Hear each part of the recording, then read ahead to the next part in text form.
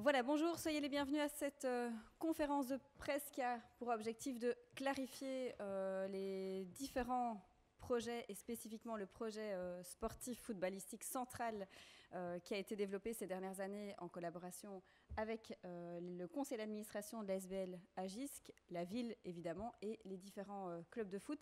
Alors cette conférence de presse, elle a comme unique objectif de clarifier. On est en période, vous le savez, de campagne électorale. Ce sont les élections dimanche prochain. Et donc, comme très souvent en campagne électorale, eh bien, on entend de nombreuses informations vérifiées, vraies ou pas vraies. C'est malheureusement un état de fait. On a ces dernières années et ces derniers mois plus spécifiquement pris des décisions importantes au niveau du conseil communal de la ville pour répondre aux besoins, aux nécessités des différents clubs de foot de l'entité. Nous n'avons pas à l'époque organisé de conférence de presse puisque les décisions avaient été prises par le conseil communal en séance publique. Néanmoins, on se rend compte aujourd'hui, face aux rumeurs qui courent, que c'est nécessaire de pouvoir clarifier certains faits. Cette conférence de presse est enregistrée, il y a une caméra qui se trouve en bout de salle, donc si la presse se lève pour prendre éventuellement des photos, évitez de vous mettre pile devant. Tout est enregistré et ce sera ensuite mis en ligne de manière tout à fait transparente pour que les personnes qui le souhaitent et qui sont d'ailleurs occupées de jouer au foot en ce moment, on est samedi matin, puissent à tout moment retourner voir les différents propos qui seront tenus. Voilà, le public peut se joindre à nous à tout moment, il y a des chaises qui sont mises à disposition, donc pas de problème avec ça. On a également un pressbook qui est mis à disposition pour la presse. Vous pouvez le prendre en sortant tout à l'heure. Et il y a une liste aussi pour s'inscrire si vous souhaitez le recevoir en version numérique, ce qui est parfois plus facile aussi pour le traitement. Voilà, vous avez chacun devant vous un micro à disposition. C'est très important si vous souhaitez à un certain moment prendre la parole, d'utiliser exclusivement le micro. Même chose pour la presse, sinon ça ne sera pas sur la bande son pour la retransmission dans un deuxième temps de cette conférence de presse. On a donc aussi une présentation PowerPoint qui va défiler juste au-dessus de vous.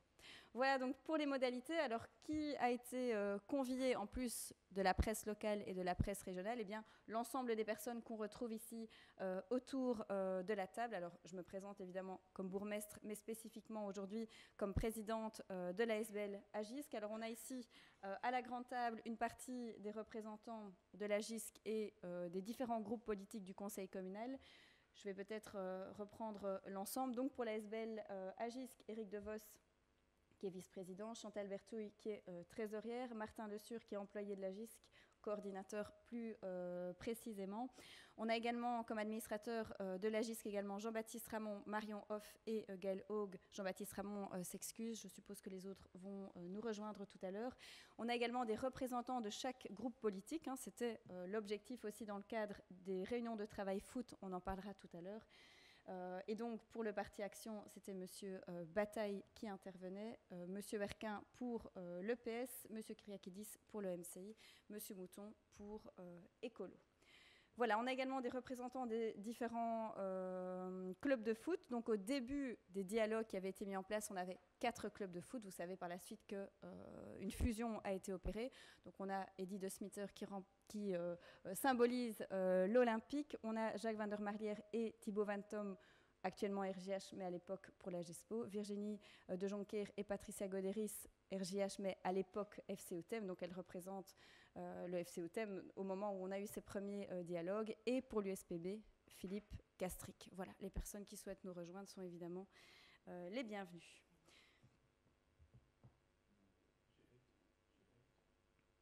Ah pardon, et Pascal Haidt qui vous rejoint aussi pour l'USPB. C'est vrai que Pascal n'était pas nécessairement aux réunions préparatoires, mais pas de souci pour représenter l'USPB aussi à cette conférence de presse. Voilà, donc je répète, l'objectif, c'est pas de vous annoncer des nouveautés, on va simplement refaire le point sur la chronologie et les décisions qui ont été prises tant par les clubs de foot, par le conseil communal et par le conseil d'administration de l'Agisc. Alors, le football à Comines-Warneton, et vous connaissez les infrastructures bien mieux que moi, eh bien, ce sont 7 terrains seniors en plus des terrains d'entraînement qui se trouvent éparpillés, c'est le cas de le dire, on le voit sur la carte, en 5 lieux. On sait que Comines-Warneton, c'est aussi une ville qui a subi la fusion des communes, comme toutes les villes de la Wallonie et de la Belgique, donc 5 anciennes communes qui ont fusionné pour créer la ville de Comines-Warneton. Et dans ces anciennes communes, on retrouvait à l'époque aussi déjà des infrastructures. Donc actuellement, on retrouve des infrastructures à Ploegstert, le site Van Uxem, dont on sait prochainement qu'il ne sera plus utilisé pour du foot.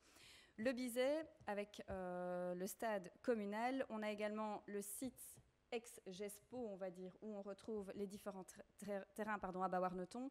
Outem, avec un petit terrain d'entraînement et un terrain sur un site qui appartient à l'IEG. Et alors les infrastructures du stade communal de Comines, avec le Dumont qui est dans l'état qu'on connaît aussi, et le stade communal. Voilà, ça c'est la situation au moment où on a lancé nos différents groupes de travail. Alors, en arrivant en majorité il y a 6 ans, on est passé par une période de Covid dont on se souvient tous. On a analysé la situation, on a dressé toute une série de constats. Le premier constat à l'époque, c'était de se rendre compte que le foot, c'était vraiment la première discipline sportive à Comines-Warneton. Pourquoi la première discipline sportive? Parce qu'on a environ, on n'est pas à l'unité près, puisqu'on sait qu'il y a une augmentation ces dernières années du nombre d'affiliés, mais on tourne autour des 1000 affiliés pour 4 clubs de foot sur l'entité au moment où on a dressé les différents constats, c'est-à-dire que entre un quart et un tiers de la population sportive de Comines-Warneton pratique le foot. C'est quand même important à signaler d'emblée. Deuxième constat qui est réalisé, il y a une inadéquation entre l'offre et la demande. On se rend compte qu'il y a beaucoup de demandes pour l'utilisation de nos différentes infrastructures sportives, mais que l'offre ne suit pas nécessairement, avec une suroccupation de pratiquement tous les terrains actuels et des terrains qui sont, vous le savez, uniquement en gazon naturel, puisqu'on n'a pas à l'heure de terrain synthétique. Ça, c'était le deuxième constat. Le troisième constat, c'est la vétusté des infrastructures. Si on réfléchit en termes de critères au niveau sanitaire, au niveau hygiène, au niveau structure, etc., eh bien, on se rend compte qu'on a 4 installations sur 5, donc 4 sites sur 5, dont les différentes installations sont vétustes, qui ont besoin de rénovation, parfois même urgente, pour perdurer, pour pouvoir continuer à accueillir tant les joueurs que le public. Ça, c'est un constat qui est fait. Quatrième constat, c'est l'entretien. On reçoit des différents clubs de foot ces dernières années des remarques qui sont fondées mais qui ne sont pas nouvelles. Ça fait des dizaines d'années que les mêmes remarques reviennent par rapport à l'entretien, par rapport à la qualité des infrastructures. On se rend compte aussi de plus en plus, et l'échevin du personnel pourra en témoigner, qu'on a une difficulté à suivre au niveau de l'entretien. Le type d'entretien et surtout la durée d'intervention augmente. On a beaucoup de sites qui sont disséminés sur l'entité, donc ça demande évidemment de tracter de l'outillage et du personnel d'un endroit à l'autre. Du Bizet à Capelle, vous savez comme moi qu'il y a 20 à 25 minutes de route, sans compter le déplacement de l'outillage. Et la deuxième difficulté liée à l'entretien, c'est la décision de l'Union européenne qui a imposé à tous les pays, en ce compris à notre ville, de recourir à des moyens zéro phyto, c'est-à-dire qu'on ne peut plus utiliser de produits chimiques. Alors pendant les 2-3 premières années, cette décision date de 2019, on n'a pas nécessairement vu tout de suite les conséquences, parce qu'il y avait encore des produits chimiques aussi dans le sol, mais aujourd'hui, on voit de plein fouet les conséquences. Il suffit de demander au personnel communal, on a à peine terminé le début d'une rue, on arrive à la fin de la rue, on peut recommencer. À ça, on ajoute des difficultés climatiques. On a eu une période de forte sécheresse que vous avez connue, vous vous souvenez de l'état de nos terrains. Et depuis 1 an maintenant, il pleut sans cesse, été comme hiver, printemps comme automne, avec les difficultés qui sont liées aussi à ces changements climatiques qu'on subit directement sur le terrain. Finalement, un 6e constat, c'est la duplication des installations. Il faut savoir que jouer au foot, ce n'est pas uniquement fouler un terrain engazonné, c'est aussi toutes les infrastructures qu'il y a autour de ce terrain engazonné, c'est-à-dire les vestiaires, les sanitaires, la cafétéria, les tribunes, le parking, l'éclairage, les locaux de stockage, les impétrants qui passent sous nos pieds, les câbles d'électricité, d'eau, de gaz et autres, et alors l'entretien quotidien, c'est-à-dire le nettoyage par nos équipes de nettoyage, les réparations, le chauffage, etc. J'insiste aussi sur quelque chose de très important, parce qu'on reste une des seules villes de Wallonie, certainement peut-être même de Belgique, à donner la gratuité de l'occupation de toutes nos installations, c'est-à-dire que les clubs de foot qui sont représentés ici ne payent rien pour occuper nos installations. Allez voir dans d'autres clubs où il faut payer par heure d'occupation. Ça, c'est vraiment quelque chose de très important à signaler. Je le répète surtout pour la presse, parce que quand on en parle avec d'autres clubs, notamment via l'ADEPS, tout le monde fait toujours des grands yeux quand on entend qu'ici à Comines-Warneton, on ne paye rien pour utiliser nos infrastructures. Voilà. Alors la chronologie, c'est important de revenir depuis voilà, le post-Covid. Hein. Pendant la période de Covid, beaucoup de choses ont été gelées. D'ailleurs, pendant de longues périodes, vous n'avez pas pu utiliser les installations. On a en août 2022 un conseil d'administration de la GISC avec à nouveau toute une série de constats qui sont faits et qui nous sont transmis par la coordination de la GISC. Et notre réaction, c'est de dire, écoutez, ça n'est plus possible d'entendre les doléances séparées des différents clubs. Il faut créer un groupe de travail foot pour comprendre et dialoguer entre les différentes structures. Donc c'est la proposition qui est faite. Chaque club de foot et chaque parti politique a d'ailleurs été invité à envoyer un représentant. Cette décision est d'ailleurs entérinée par le conseil communal sur proposition de M. Bataille. Donc chaque parti politique intervient également dans ces discussions. Ça nous semblait important de travailler de manière démocratique et de permettre le dialogue. Le premier groupe de travail se réunit en fait juste après l'été, hein, première réunion, donc le 20 octobre 2022. Et là, on dresse en fait le cadastre des différentes infrastructures footballistiques et surtout de leur état en détail. Chaque club expose aussi ses ambitions personnelles. À l'époque, on a 4 clubs.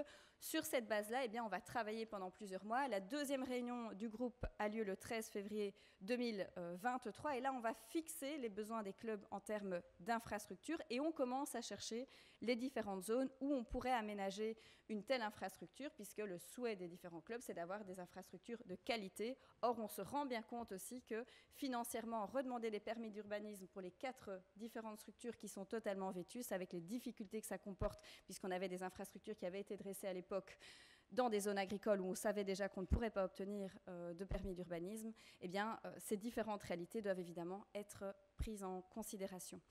On doit faire face au plan de secteur. Hein. À Comines-Warneton, comme partout ailleurs en Wallonie, on ne peut pas dresser n'importe quel projet urbanistique n'importe où. On ne peut pas aller dans une zone industrielle, on ne peut pas aller dans une zone agricole, on ne peut pas non plus aller dans une autre zone résidentielle. Donc on est évidemment limité par les possibilités urbanistiques. Et entre chacune des réunions, évidemment, il y a un travail qui est réalisé par le personnel de l'ASBL GISC et évidemment par le personnel communal, plus spécifiquement la direction générale et le service urbanisme. Par la suite, vous voyez, ça ira beaucoup plus vite. Le 29 mars 2023, on a la 3e réunion du groupe de travail. C'est certainement aussi une décision historique puisqu'on va acter un accord de tous les clubs de foot pour se regrouper au sein d'une infrastructure communale, communautaire. Ça a été fait à l'unanimité après des discussions et des conditions qui ont évidemment été mises, notamment par rapport au lieu de développement de cette infrastructure. Et finalement, le 10 juillet 2023, la 4e réunion du groupe de travail avec la présentation du projet de complexe technico-sportif à Warneton dans la ZAC, le vœu de fusion aussi qui nous est transmis entre le FC Outem et la GESPO, et dans la foulée, l'accord de principe pour développer un tel projet par l'administration de Mons. J'insiste là-dessus, on se rend avec Philippe Mouton, qui est échevin de l'urbanisme à Mons, pour aller décrocher un accord de principe. Développer un tel projet, ça demande d'obtenir ce qu'on appelle un permis unique. C'est encore plus important qu'un permis d'urbanisme. Il faut savoir que si la ville accorde les permis pour les extensions de maisons, les rénovations, les terrasses et autres, eh bien la ville ne peut pas s'auto-octroyer un permis. Donc c'est important, avant de se lancer dans des projets d'une telle ampleur, d'obtenir déjà un accord de principe de l'urbanisme à Mons. Si on n'a pas un accord de principe, eh bien ça ne sert à rien de poursuivre. Oui, 2-3 précisions par rapport à ce que vient de dire la bourgmestre concernant l'urbanisme. Il faut savoir que les autorités de Mons sont, elles, soumises à des changements par rapport à l'urbanisme, entre autres la notion de centralité. Malgré tout, on a le feu vert de ces instances-là pour le projet de la ZAC de Warneton, parce qu'il était pertinent et parce qu'ils ont trouvé que ça valait la peine de conjuguer et le pôle pour les ouvriers communaux et le pôle sportif. Et ça, c'est tout à fait pertinent et original de le faire. On va conjuguer les efforts et on va économiser énormément d'énergie. Merci Philippe. Alors, avec l'accord de principe qu'on a obtenu, on peut ensuite passer à l'acquisition des terres. Ça va se faire en 2 phases. Donc, on se trouve ici à la ZAC de Bas-Warneton, c'est son nom administratif, la ZAC de Bas-Warneton qui se trouve, on le verra sur les plans tout à l'heure, pratiquement dans le centre de Warneton. Voilà, on reprend après une petite pause technique. Alors, on reprend rapidement la constitution des groupes de travail et la chronologie du projet. Donc, pour rappel, on était parti d'un état des lieux le plus objectif possible et les constats des clubs, des joueurs et des familles qui nous revenaient de manière plus individuelle. La mise en place de ces groupes de travail foot, pour rappel, avec des représentants des 4 clubs, avec des représentants de chaque parti politique et de l'ASBL à GISC. Ça a débouché en 4 réunions de travail avec un dialogue constant et en parallèle un travail administratif réalisé par le personnel de la GISC et par le personnel communal.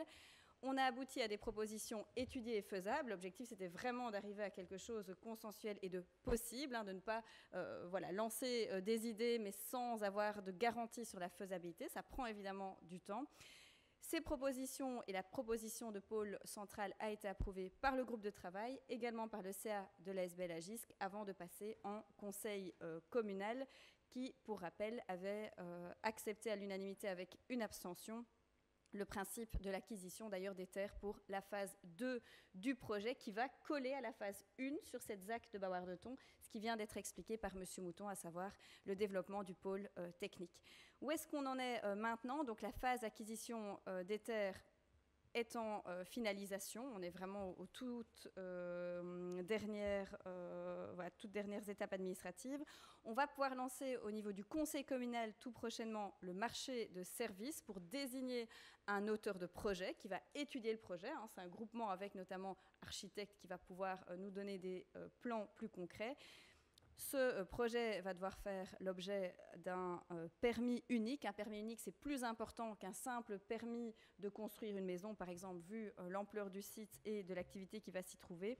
Il y aura évidemment une phase de consultation citoyenne et puis la concrétisation du projet. Alors, ce qui est très important par rapport au plan que vous allez voir et au phasage, c'est qu'on pourra aller plus vite sur la phase 2 du projet, c'est-à-dire la phase footballistique avec les terrains, sans attendre la phase 1 du projet, c'est-à-dire la construction des différentes unités de bâtiments. Alors pour les personnes qui ne connaissent pas très bien l'endroit, on se trouve ici dans ce qu'on appelle la ZAC de Bas-Warneton, c'est son nom administratif, même si on est finalement plus proche du centre de Warneton. Et la ZAC, ce sont l'ensemble des terres qu'on va retrouver ici. Alors la ZAC, elle a déjà commencé à être enclenchée du temps de la première extension du cimetière de Bas-Warneton avec le terrain qui se trouve juste ici où j'ai mis la souris. Et donc c'est d'abord une première phase pour le service technique qui a été acquise et donc la deuxième phase du projet pour la partie footballistique. Alors, on va vous présenter un croquis, c'est un draft. Évidemment, c'est l'auteur de projet qui va réaliser les plans finaux, donc c'est vraiment un croquis papier, mais que vous pouvez évidemment utiliser pour donner un aperçu du projet. Alors, sur le draft, qu'est-ce qu'on voit? Eh bien, on retrouve déjà la phase 1 du projet, c'est-à-dire la partie technique. Dans la partie technique, on a ici, et c'est ça qui nous intéresse notamment pour le foot, ce grand volume qui représente en fait les locaux sociaux. Là où la démarche est assez inédite, c'est d'ailleurs ce caractère unique et inédit qui a aussi été souligné par l'urbanisme à Mons, c'est qu'en journée, le bloc social, c'est-à-dire les sanitaires, les vestiaires, les lockers, les douches, etc., et la kitchenette va être utilisé par le service technique, c'est-à-dire de 7h30 à 15h30. À 15h30, le personnel termine, on nettoie les différentes unités, et à partir de 16h30, 17h, selon vos horaires à chacun, eh bien, ces mêmes locaux sanitaires, kitchenettes, eh bien, se convertissent en lieux footballistiques cette fois-ci. Et donc, c'est vraiment ce côté dualiste, on va dire, au niveau des fonctions, cette polyvalence des bâtiments qui est intéressante puisque ça va permettre aussi à la commune de faire des gros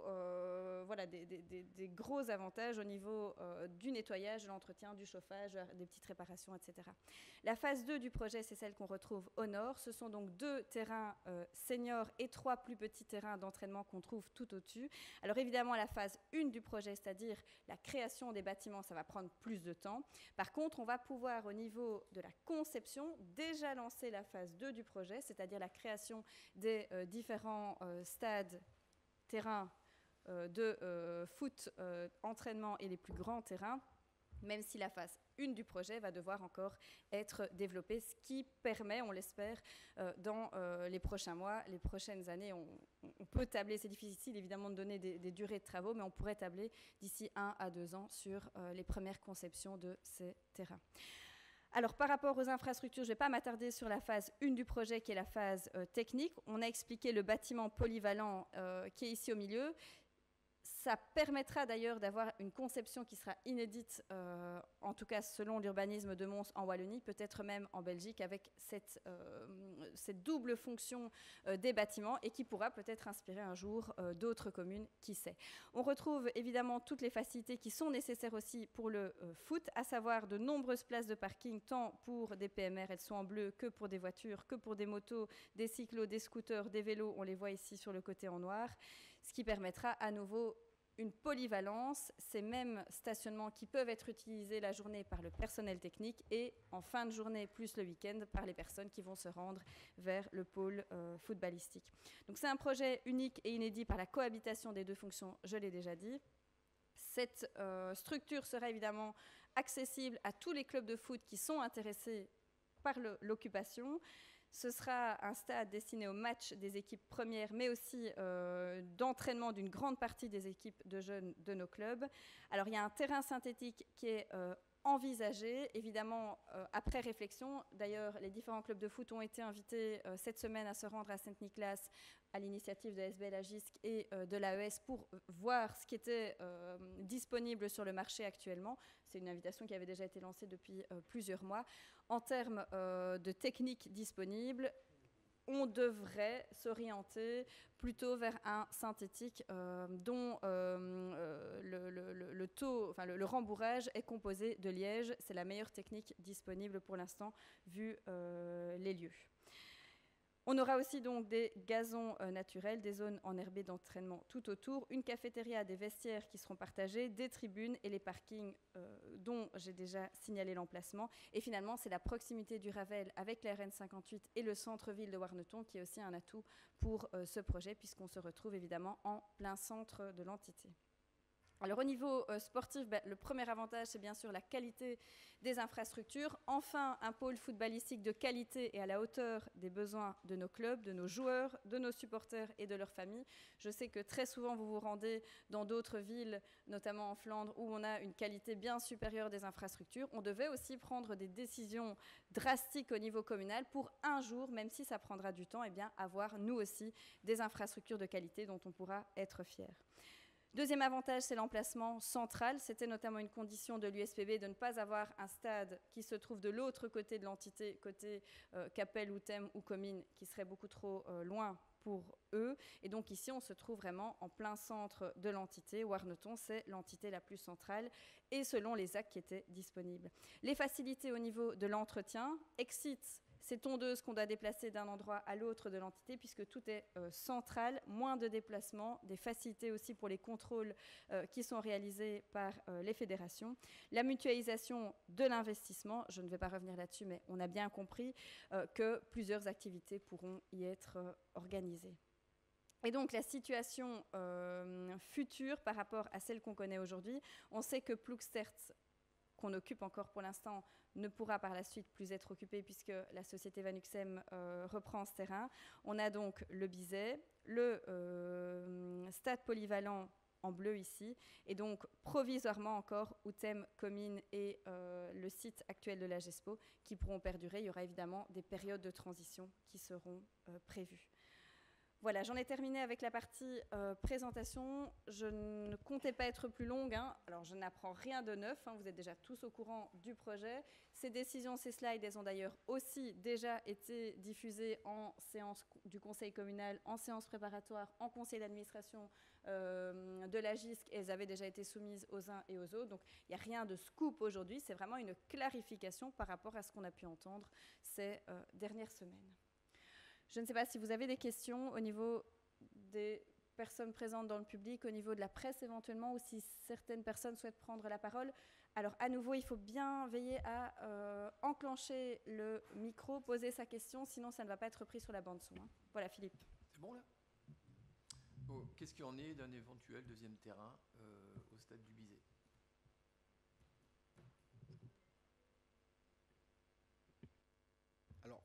Le terrain du Bizet ne rentre pas dans le projet qui est ici présenté. C'est un autre dossier sur lequel on a encore des réunions qui doivent être programmées avec la brasserie Van Uxem, notamment pour savoir quels sont les engagements qui vont être mis sur la table, parce qu'il y a des choses qui ont été dites lorsqu'on a eu cette réunion de préparation avec son représentant et qui nous ont été dites de façon différente quand on a repris contact pour savoir s'ils investissaient avec nous dans l'aménagement de la cafétéria et tout ce qui va y être autour.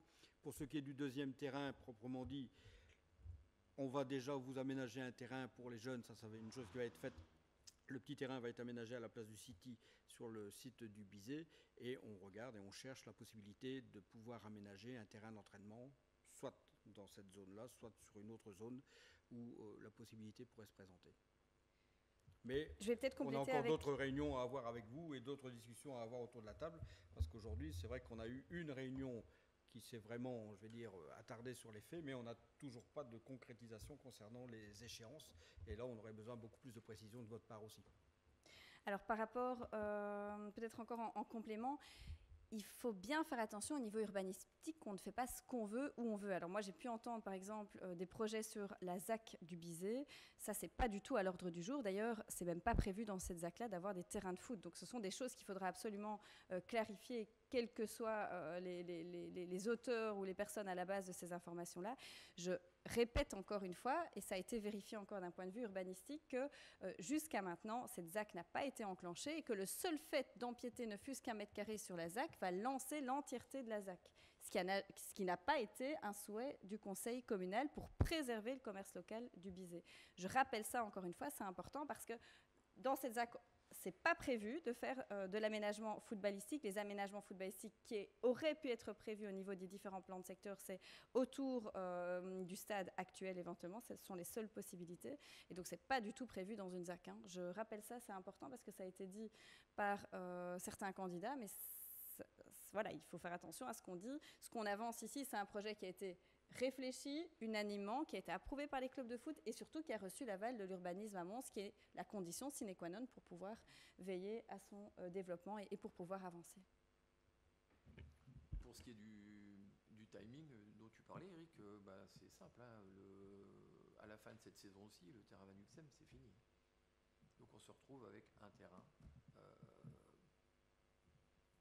au Bizet pour et les entraînements et les matchs, et ça c'est tout bonnement impossible. Le terrain, il ne va pas le supporter. Alors normalement, il est prévu qu'on recontacte la brasserie Van Uxem la semaine prochaine. On a eu un appel téléphonique la semaine dernière. Eux parlent d'un projet qui devrait normalement rentrer fin 2025 chez eux. Non, fin 2025, donc pour leur dossier. On devrait avoir plus d'informations de leur part semaine prochaine. C'est prévu qu'on les rappelle, je pense, début de semaine. Mais pour l'instant, ouais, il n'y a encore rien qui a bougé de ce côté-là. C'est pour ça qu'on manque d'informations par rapport au timing, par rapport... Ploegstert nous précipite en nous donnant l'urgence, mais de l'autre côté, on n'a pas de confirmation concernant les urgences, en sachant qu'on a des gros projets de transformation de travaux qui vont être en cours d'un côté, où il faudra aussi trouver des solutions par rapport à ça. Donc c'est deux batailles qu'on doit mener parallèlement, et donc on a besoin que le club participe et collabore au maximum d'informations que vous avez à nous transmettre pour qu'on puisse avancer de façon positive ensemble et pas chacun de son côté surtout. Nous, on n'a pas plus d'informations que ce que la brasserie nous a dit.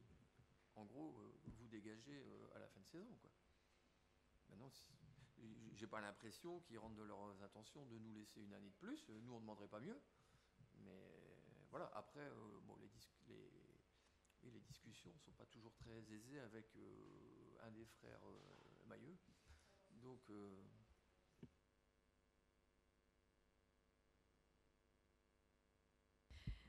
Monsieur Léchevin.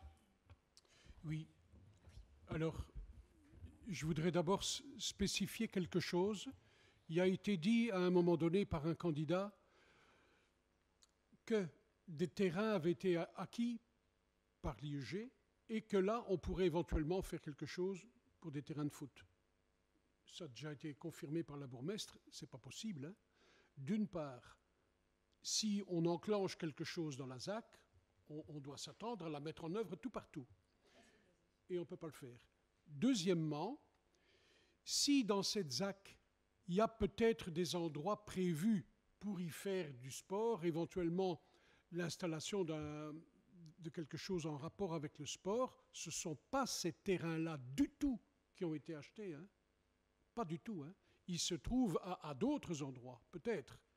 Alors, maintenant, pour compléter la réponse, je pense que pour un terrain d'entraînement qui n'est pas énorme, qu'il y a peut-être moyen de voir à d'autres endroits où la ville possède des terrains, de faire là un terrain d'entraînement.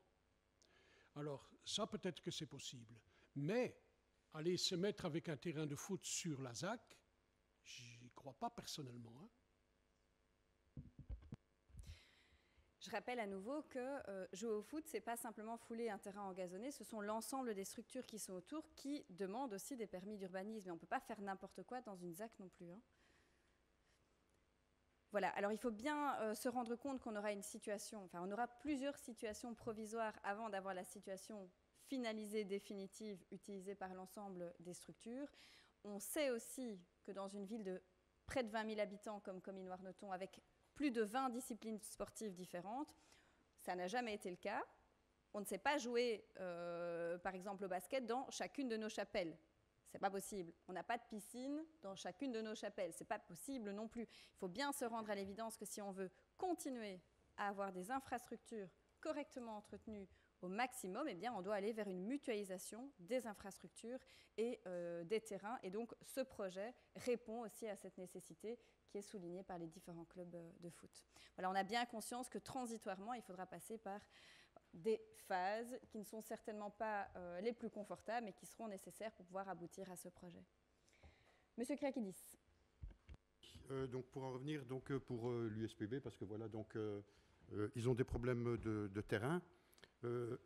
J'ai aussi entendu dire que certains avaient déjà étudié le projet dernièrement pour aller installer un terrain de football sur l'espace de la ZAC, ce qui est déjà, bon, comme vous venez de le dire, quasi impossible quand on sait que l'IEG, chaque mètre carré compte pour la vente, pour faire des bénéfices. Donc ici, derrière, il y aura certainement un échange financier assez important vis-à-vis de la ville ou que sais-je.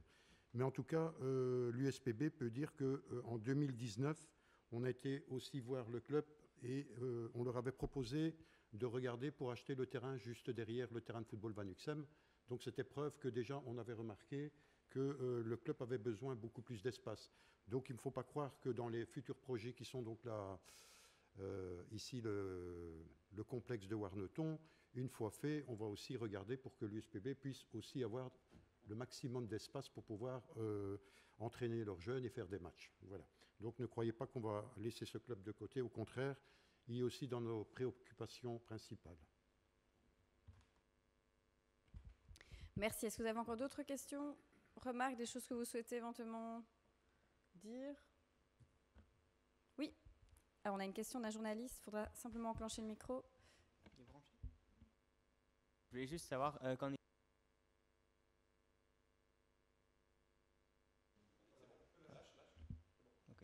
qu'en est-il du niveau budget pour ce projet-là?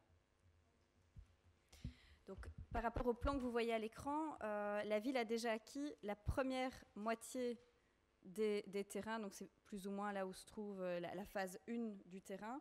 Et maintenant, oui, plus ou moins les 2 tiers jusqu'à cette ligne-ci environ. Et on est en train de finaliser l'acquisition de la partie supérieure. Alors, les négociations avec les propriétaires fonciers se font par l'intermédiaire du comité d'acquisition qui a été mandaté par le conseil communal. Donc, c'est le SPE, le département comité d'acquisition du SPE, qui négocie directement selon les fourchettes de prix qui sont les prix d'application au niveau de la région wallonne, le taux à l'hectare. Et pour l'instant, il y a les derniers accords qui sont réalisés avec les différents propriétaires.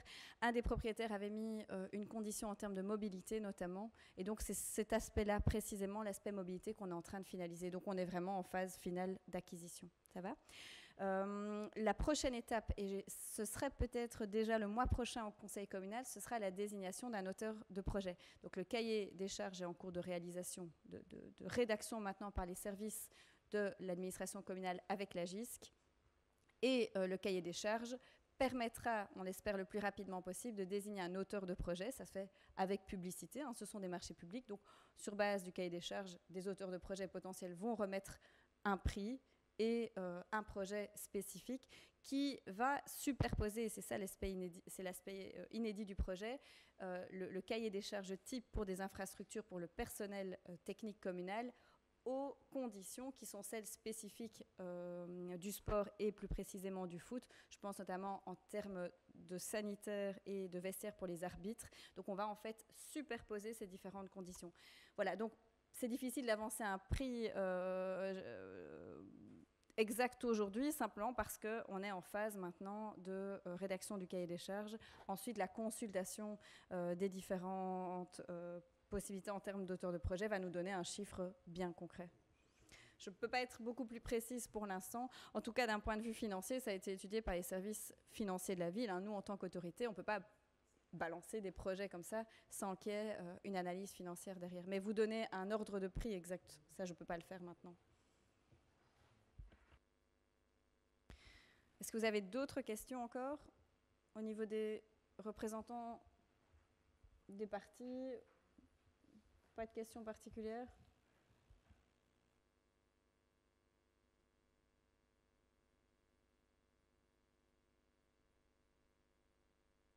Non? Personne qui souhaite intervenir? Dans le public non plus? Voilà, n'hésitez pas en tout cas si vous avez encore des interrogations ou des questions, on est encore disponible après la conférence de presse. Merci pour votre présence ce matin et bonne journée.